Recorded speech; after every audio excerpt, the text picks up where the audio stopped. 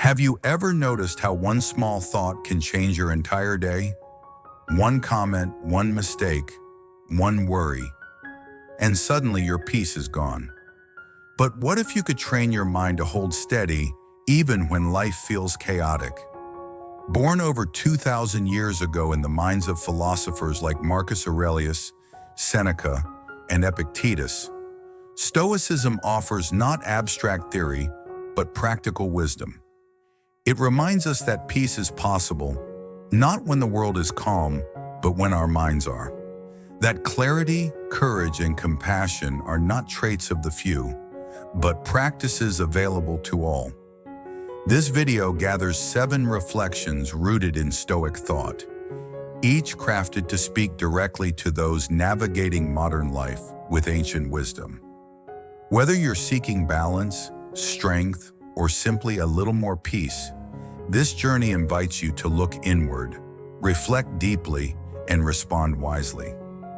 Let us begin. Part 1. The power of thoughts and response. Have you ever wondered why two people facing the same hardship respond so differently? One crumbles, the other stays calm. The answer lies not in the event itself, but in how each person thinks about it. According to Marcus Aurelius, the Stoic Roman emperor, the happiness of your life depends upon the quality of your thoughts. These words carry timeless weight, especially in today's world where external pressures are relentless and inner peace feels elusive. The ancient Stoics believed that while we may not control what happens to us, we do have full authority over how we respond. This is our greatest human power, our capacity to shape our inner world, even when the outer world feels chaotic. If you pause and truly consider this, it's liberating.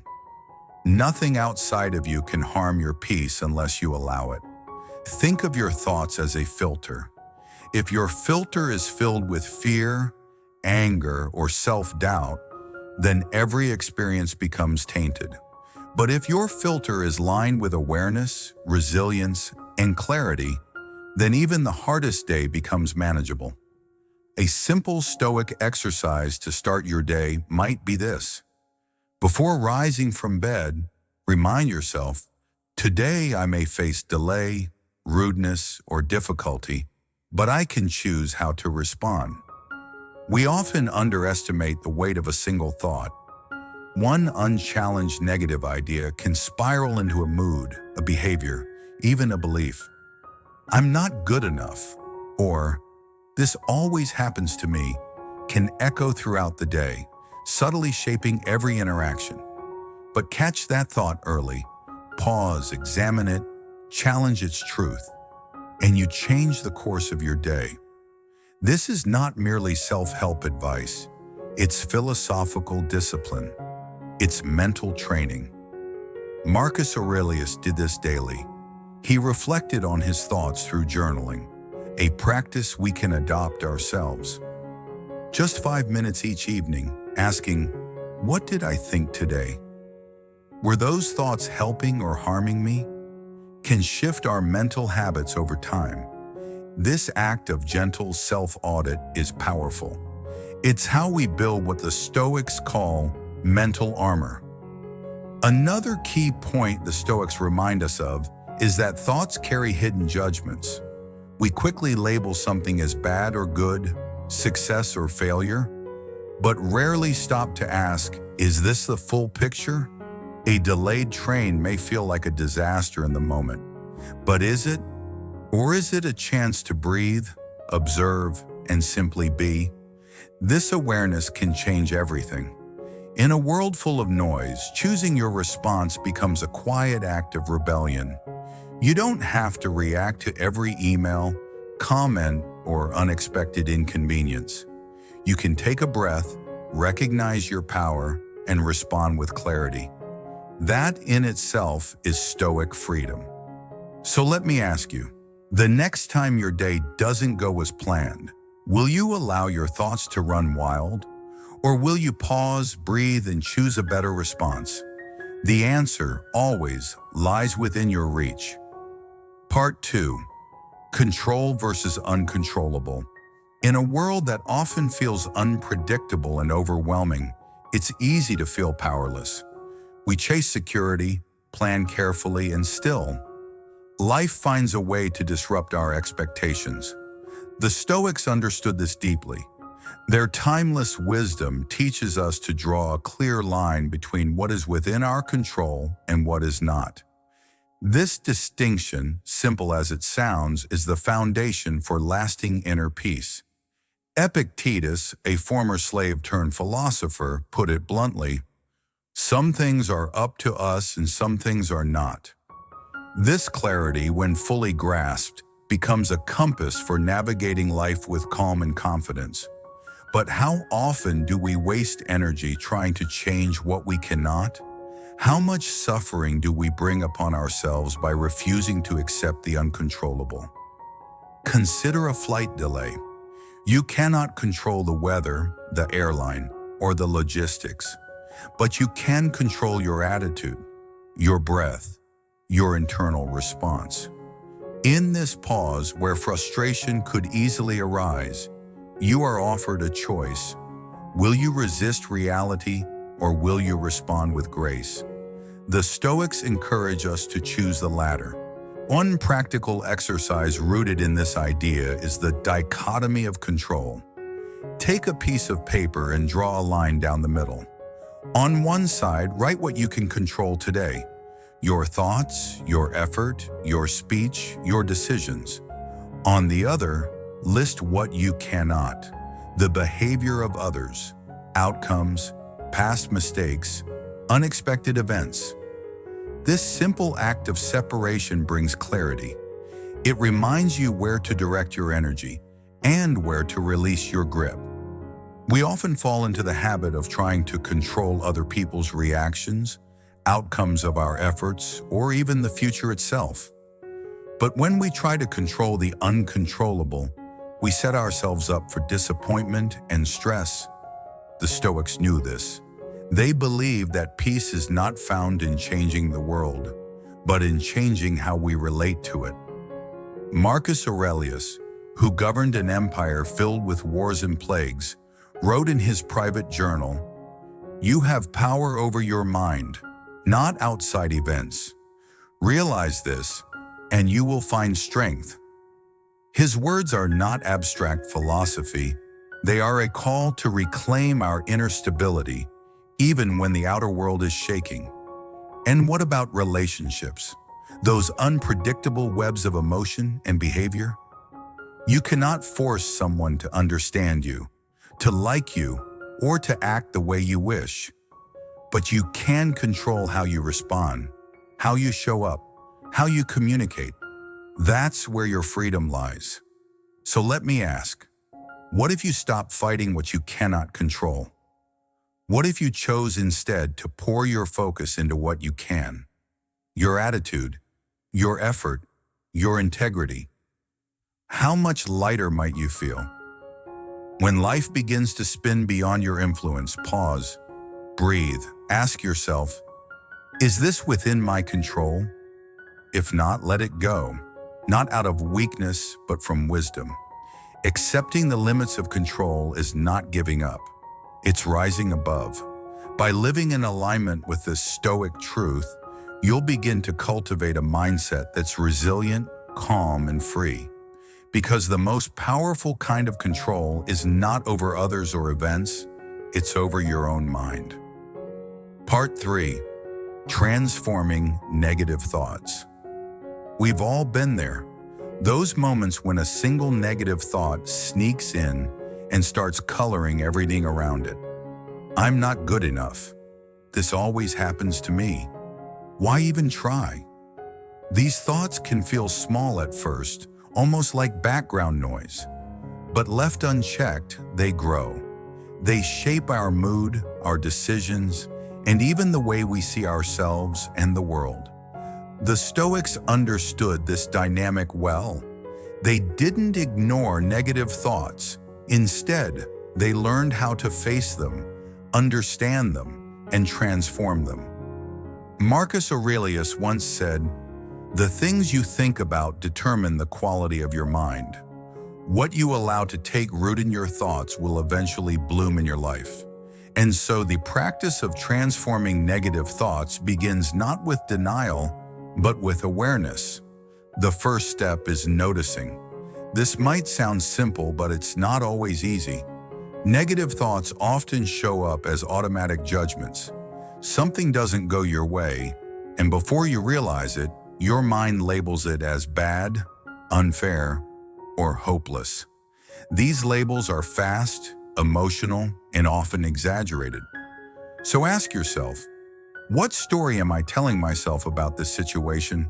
Is it based on facts or emotions? A practical Stoic exercise here is thought journaling. At the end of your day, write down one thought that triggered stress or sadness. Look at it on paper. Does it reflect the whole truth or just your initial reaction? Would you say it to a friend in the same situation? If not, why say it to yourself? The Stoics teach us that we have the power to reframe. Reframing doesn't mean lying to ourselves or pretending things are fine when they're not. It means looking at a situation from a different angle, an angle that empowers rather than defeats. For example, instead of thinking, I failed, so I'm not capable, consider, I struggled today, but that means I'm learning and growing. This shift is subtle but powerful. It changes your relationship with setbacks. You stop seeing them as proof of inadequacy and start seeing them as part of the process. You become kinder to yourself and in doing so, more resilient. Gratitude also plays a central role in this transformation. When negativity clouds your mind, pause and name 3 things, small or big, that you're grateful for. It could be a warm cup of coffee, a kind word from a colleague, or simply the fact that you made it through the day. This simple practice shifts your focus from lack to abundance, from what's wrong to what's right. Ask yourself, how would my day change if I caught each negative thought, paused, and gently challenged it? What if, instead of spiraling into self-doubt, I reminded myself of times I've succeeded before, or of the strength I've shown in the past? Stoicism does not ask us to suppress emotions or pretend to be invulnerable. It invites us to be honest, but also intentional, to examine our thoughts, question their truth, and choose which ones we allow to grow. Because just as weeds grow without effort, so do harmful thoughts. And just like a garden, our minds require tending. Marcus Aurelius wrote, "The soul becomes dyed with the color of its thoughts. So let your thoughts be clear, balanced, and rooted in wisdom." Start by transforming just one negative thought today. That small shift could lead to something much greater, a life lived with more peace, clarity, and purpose. Part 4, Reflection, Journaling, Reframing. In a world of constant motion, noise, and distraction, one of the most powerful things we can do for ourselves is to pause, to reflect. Reflection isn't about overthinking or dwelling in the past. It's about quietly observing your thoughts and behaviors, asking questions that lead to clarity and wisdom. The Stoics practice this daily. They believed that self-reflection was not a luxury, but a necessity for a meaningful life. Marcus Aurelius, one of the greatest Stoic thinkers, journaled every day. Not to perform, not to publish, but to understand himself better. He asked himself, what did I do well today? What did I do poorly? What thoughts guided my actions? And what thoughts distracted or weakened me? These questions helped him stay grounded, focused, and humble, even as Emperor of Rome. This practice is just as useful today. Take 5 or 10 minutes in the evening, sit down with a notebook or even your phone, and write freely. Don't edit, don't judge. Simply describe the moments that stood out in your day. What were you thinking when you felt anxious or frustrated? What thoughts gave you strength? Over time, you may begin to notice patterns, certain thoughts that keep repeating, reactions that come automatically, or beliefs that no longer serve you. This is where the Stoic tool of reframing becomes essential. Once you become aware of a recurring negative thought, the next step is to shift how you view it. Let's say you often think, "I'm not doing enough." Instead of accepting that as truth, reframe it. "I'm doing what I can with the energy and time I have today, and that is enough." This shift doesn't deny the original thought. It redirects it into something more constructive and compassionate. Reframing is not about positive thinking in the shallow sense. It's about seeing reality more clearly. The Stoics believed that our suffering often comes not from events themselves, but from our interpretations of them. When we train ourselves to see challenges as opportunities or frustrations as teachers, we become less reactive and more resilient. Here's a simple Stoic exercise to try. At the end of your day, ask yourself 3 questions. 1. What did I do well today? 2. What could I have done better? 3. What will I try differently tomorrow? Write down your answers without judgment. Over time, this practice builds self-awareness and accountability without self-criticism. It's a quiet way of growing, one honest reflection at a time. Another powerful technique is imagining how a wise friend or mentor would view your situation. Would they say you failed, or that you've learned something valuable? Would they see your fear as a weakness or as a sign that you care deeply? Sometimes shifting your perspective is as simple as borrowing another lens. So why does all this matter? Because without reflection, our thoughts go unexamined. And unexamined thoughts can quietly shape our reality in ways we don't intend. But with regular journaling and reframing, we begin to live with more clarity, more intention, and more peace. Seneca once wrote, "We suffer more in imagination than in reality." Reflection helps us separate the imagined suffering from what's actually true. Journaling gives us a safe space to explore. Reframing gives us tools to move forward with strength. Let your thoughts be your teacher, not your tyrant. With each pause, each word written, each reframed thought, you take one small, meaningful step toward a wiser life. Part 5. Anticipation of adversity. Imagine starting your day not with the hope that everything will go smoothly, but with the quiet strength of being ready for when it doesn't. That's the essence of a powerful Stoic practice known as premeditatio malorum, or the premeditation of evils. At first glance, it might sound pessimistic. Why begin your morning thinking of what might go wrong? But look deeper, and you'll find that this practice isn't about expecting the worst. It's about preparing your mind to meet difficulty with stead. Marcus Aurelius, Roman emperor and Stoic philosopher, wrote in his Meditations, "When you wake up in the morning, tell yourself, the people I deal with today will be meddling, ungrateful, arrogant, dishonest, jealous, and surly." This wasn't a sign of bitterness. It was his way of preparing his heart to remain steady no matter what behavior he encountered. By anticipating difficulties, he could meet them with equanimity rather than surprise. In today's world, adversity comes in many forms: traffic jams, work stress, harsh words, unexpected news. The practice of anticipating adversity teaches us to mentally rehearse how we would respond to these situations with wisdom rather than emotion. It's like a fire drill for the soul.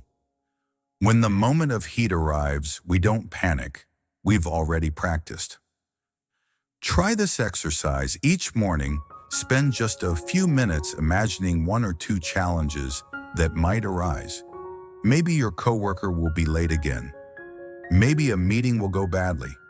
Ask yourself, how do I want to respond when that happens? Not react, but respond with patience, clarity, and self-control. Visualizing your response prepares you to act from your values, not your impulses. This technique can also be applied to bigger events, the loss of a job, illness, disappointment, or failure. When we imagine these possibilities, not to dwell in fear, but to strengthen our resilience, we're better able to face life as it is, rather than how we wish it would be.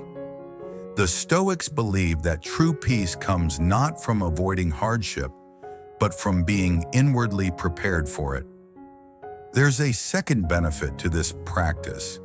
It deepens gratitude. When you think about what might go wrong, it often highlights what is already going right. You begin to see more clearly the relationships, comforts, and opportunities you already have. What once felt ordinary becomes precious. What once went unnoticed now draws your appreciation. Seneca, another great Stoic, said, "He robs present ills of their power who has perceived their coming beforehand."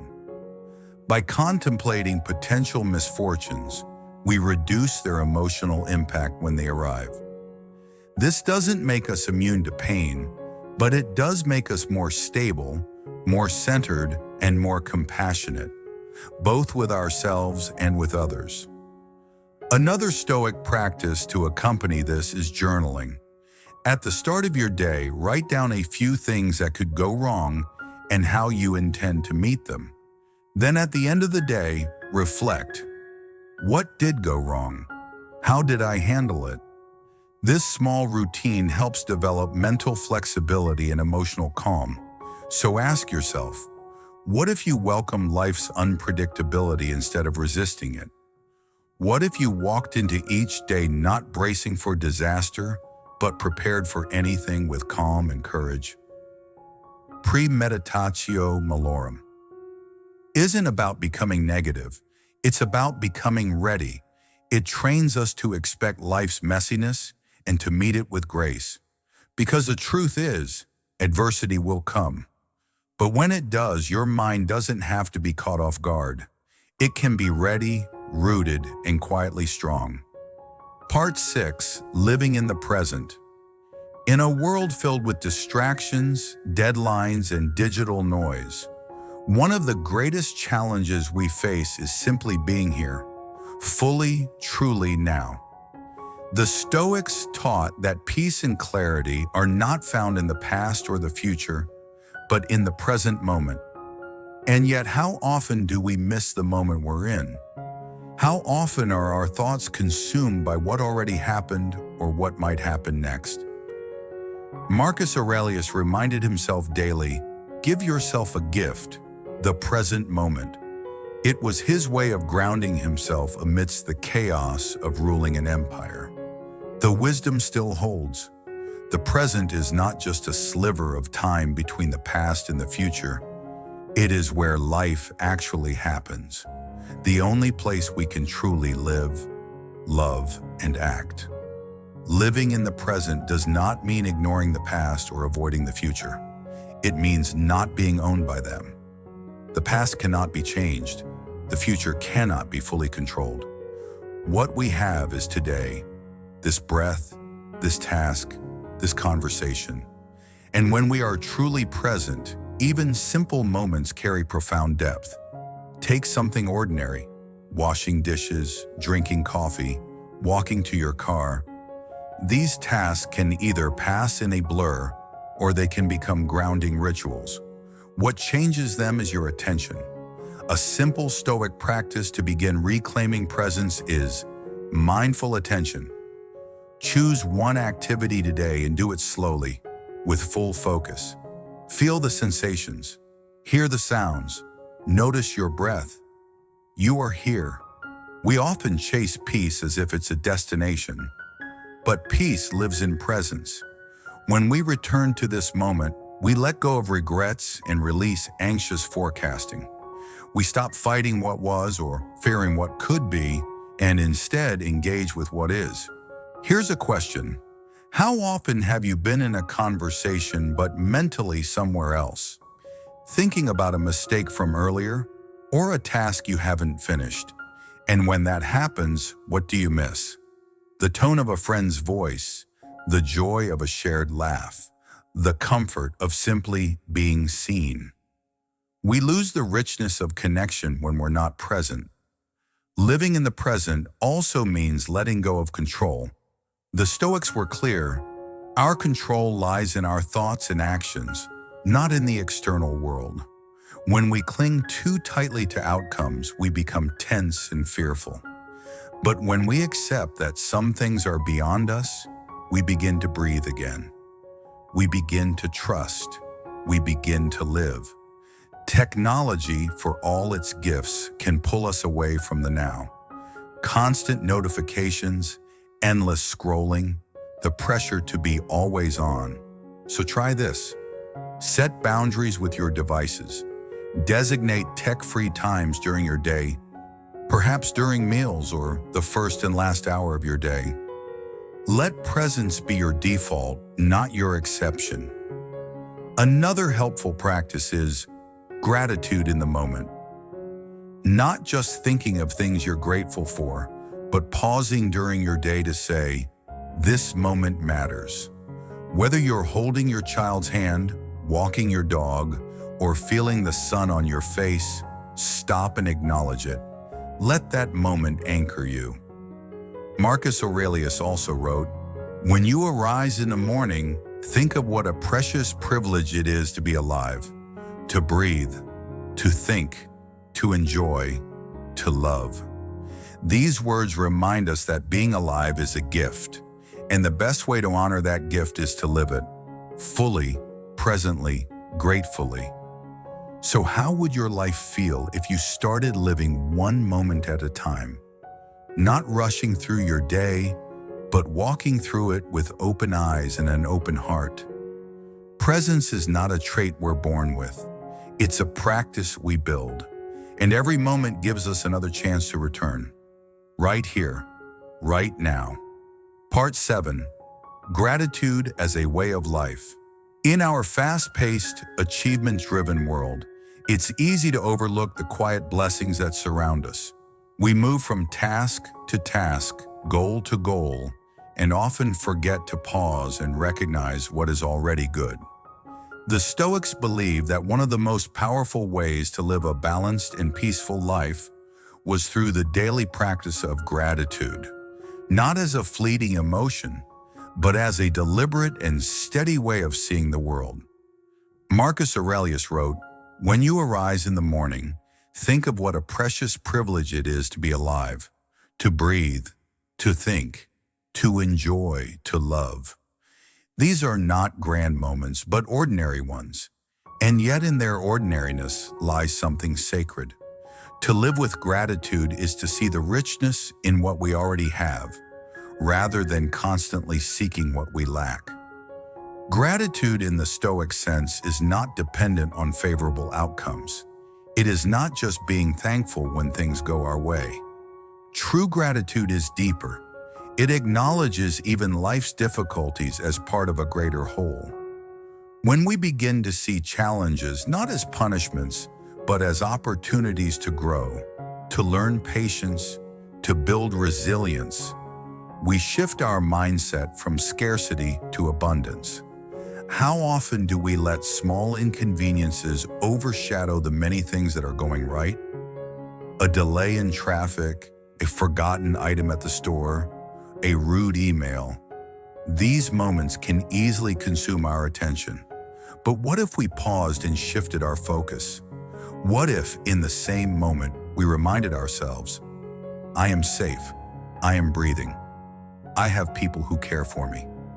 One simple Stoic exercise is to start or end each day with a gratitude reflection. Write down 3 things, just 3, that you are grateful for. They don't have to be profound. A warm bed, a meaningful conversation, a meal shared. Over time, this habit retrains the mind to notice the good more quickly and to dwell less on what's missing. Gratitude also has a ripple effect. When we practice it sincerely, we tend to express it more to others. We thank our coworkers, we notice the efforts of friends, we become more generous, more forgiving, and more present. The Stoics understood that gratitude connects us, not only to others but to life itself. Seneca, another great Stoic, spoke of the importance of gratitude as a foundation for joy. He wrote, "Nothing is more honorable than a grateful heart." A grateful heart doesn't wait for ideal conditions. It finds beauty and meaning even in imperfect moments. Modern science echoes this ancient wisdom. Studies consistently show that those who regularly practice gratitude experience improved mental health, better sleep, and greater emotional resilience. Gratitude doesn't erase pain, but it softens its edge. It reminds us of what remains, what matters, and what endures. Living with gratitude also aligns with the Stoic principle of amor fati, the love of fate. This means embracing not only what is pleasant, but also what is challenging as part of the natural flow of life. It's a deep acceptance that everything that happens, pleasant or not, has a place in our journey and can be met with grace. So ask yourself, what am I grateful for right now?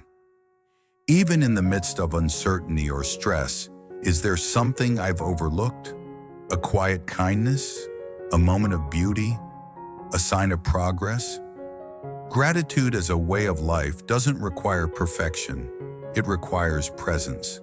It's not about ignoring hardship, but choosing to see beyond it, to notice the light that still shines, even on difficult days, and to remind ourselves again and again that life, this life right now, is a gift.